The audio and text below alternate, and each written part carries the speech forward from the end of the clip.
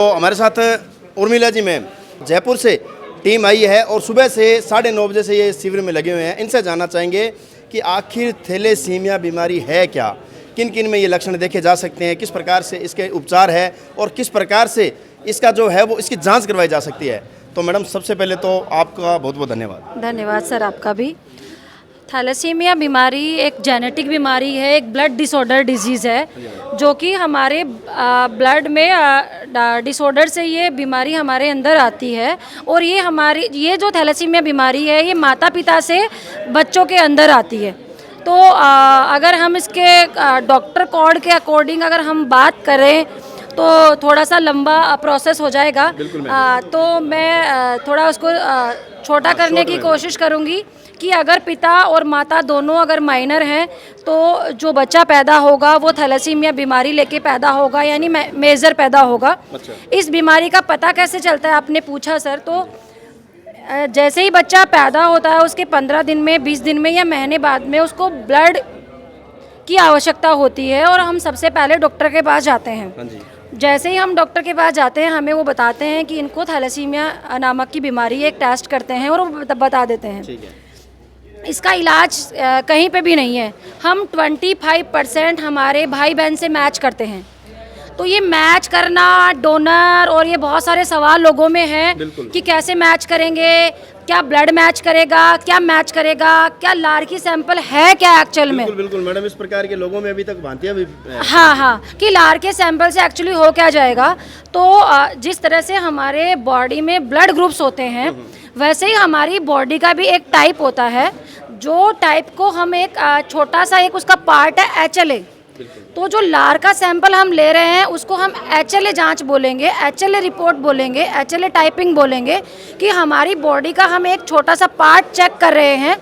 अगर वो ग्रुप ऐसे बच्चों के साथ में, थैलेसीमिया पेशेंट के साथ में, ब्लड कैंसर के पेशेंट के साथ में अगर ये मैच होते हैं तो हम उनको अपना ब्लड स्टेम सेल दे करके, यानी जो हमारी मदर सेल है जो हमारी बॉडी में लाखों में, मिलियंस में बहुत सारी है हमारे पास में, तो अगर हम ये दे करके उनको बचा सकते हैं।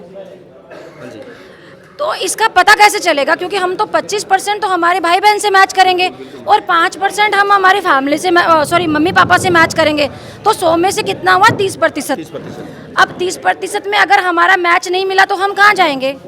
तो इसलिए इस तरह की रजिस्ट्रियाँ बनी हुई हैं। तो दात्री क्या है, इंडिया की सबसे लार्जेस्ट रजिस्ट्री है और ये 2009 में इन्होंने इंडिया में काम करना शुरू किया। 2009 से अब तक के इनके पास में 5.5 लाख डोनर हैं। तो अगर हम इनका डोनर रेशियो देखें तो बहुत कम है, क्योंकि अवेयरनेस बहुत कम है।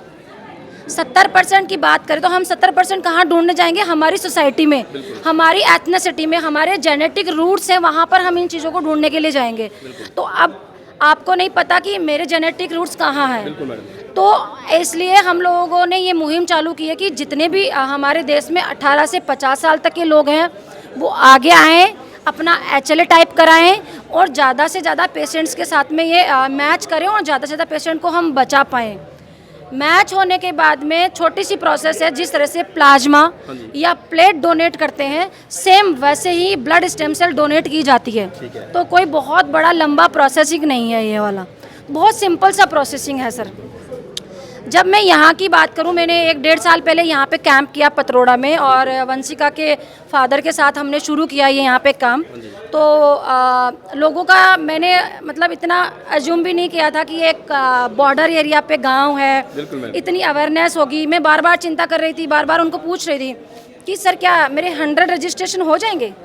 तो वो बोले कि आप आइए मैडम, मैं सोच रहा हूँ कि यहाँ पे 200 से ज़्यादा हो जाएंगे।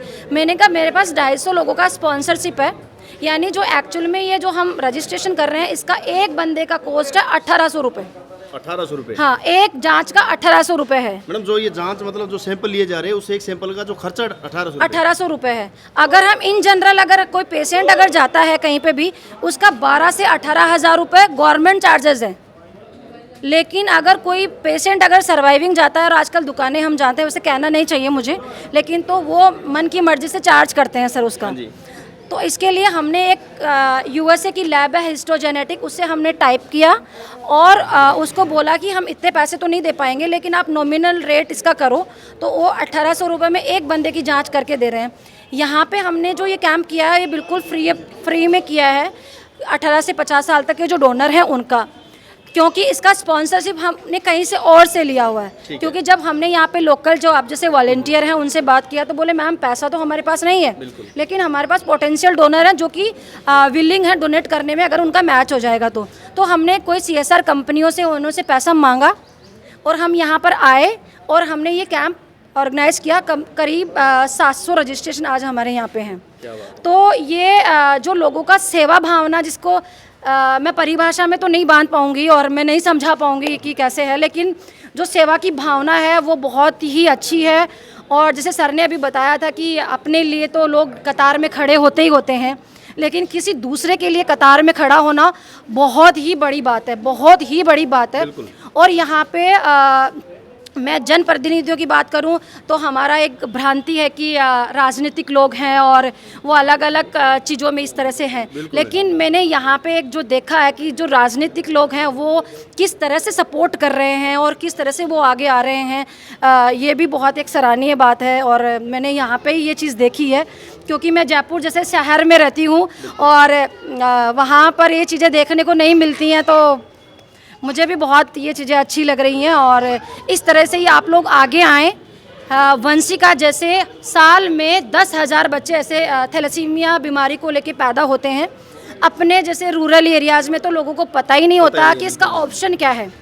शुरुआत में हम हमारी फैमिली में ऑप्शन ढूंढे, अगर फैमिली में ऑप्शन नहीं मिलता है तो हम हमारी एथनिसिटी यानी हम बाहर जाएँ, लोगों को रजिस्टर करें ताकि हम ज़्यादा से ज़्यादा पेशेंट्स को बचा पाएँ। सर अच्छा मैडम, जैसे बात करें अभी डाटाबेस का, जो राजस्थान में अगर डोनर डाटाबेस की बात करें तो उसका किस प्रकार से मतलब पूरी वो भी जानकारी दीजिए। सर पिछले 4 साल से हम राजस्थान में काम कर रहे हैं और 4 साल में कम से कम 15 से 18 हज़ार हमारे पास डोनर हैं और 15 से 18 हज़ार डोनर तो हमारे पास रजिस्टर्ड डोनर हैं। अच्छा। लेकिन जिन्होंने अपना ब्लड स्टेम सेल डोनेट कर दिया है वो 19 डोनर हैं, जिनमें से एक महिला भी है जो अभी रिसेंटली डोनेशन करके आई है। और सबसे ज़्यादा डोनर हनुमानगढ़ डिस्ट्रिक्ट से हैं सर।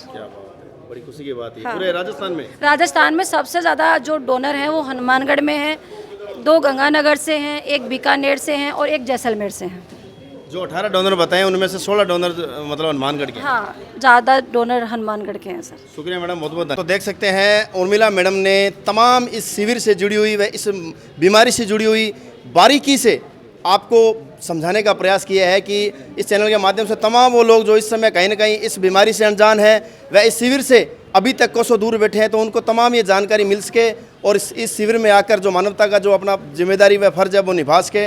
व इसके साथ ही गड़साना व इस तमाम इलाके की तारीफ़ हुई है और तारीफ़ बनती है, क्योंकि वास्तव में जब इस प्रकार के लोग मानवता की राह पर चलते हैं, किसी के लिए अपना सब कुछ छोड़कर, एक इस बच्ची देख सकते हैं, इसमें मेरे साथ बच्ची भी खड़ी है, वंशिका जैसी इस बच्ची के चेहरे पे मुस्कान लाने के लिए जब निस्वार्थ भाव से अपना काम कर रहे हैं, तो मेरे ख्याल से ये इलाका और ये लोग तारीफ़ के हकदार हैं। हाँ जी मैडम। हाँ, एक चीज़ और मैं थोड़ा सा ऐड करना चाहूँगी। कोविड से पहले हम लोगों को बहुत सारी CSR कंपनियाँ थी जो हमें खूब सारा डोनेशन करती थी और हम लोग अच्छे से रजिस्ट्रेशन कर पाते थे। लेकिन कोविड के बाद में हम सबको पता ही है हालात थोड़े टाइट हो गए हैं, तो हमारे पास स्पॉन्सरशिप भी बहुत लिमिटेड होती है, हमारे पास भी पैसा बहुत कम होता है। तो मैं यही अपील करना चाहूँगी, अगर कोई दात्री जैसी संस्था को डोनेशन देना चाहें तो मोस्ट वेलकम, ताकि हम ज़्यादा से ज़्यादा लोगों को और रजिस्टर कर पाएँ।